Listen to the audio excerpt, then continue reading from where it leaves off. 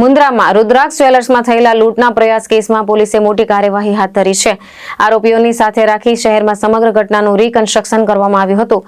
ફરાર આરોપીની શોધખોળ હજુ યથાવત છે।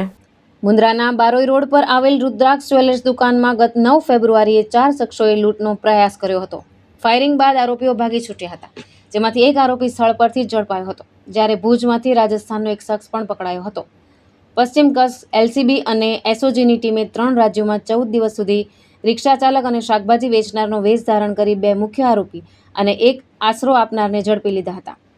રવિવારે પીએસઆઈ એસએમ રાણા સહિતના અધિકારીઓની હાજરીમાં આરોપીઓ પાસેથી ઘટનાનું રીકન્સ્ટ્રક્શન કરવામાં આવ્યું હતું।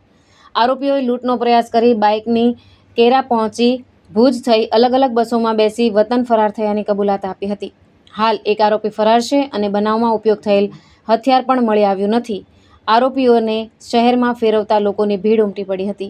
પ્રેમ દેવરિયા, દ્રષ્ટિકોણ ન્યૂઝ, કચ્છ।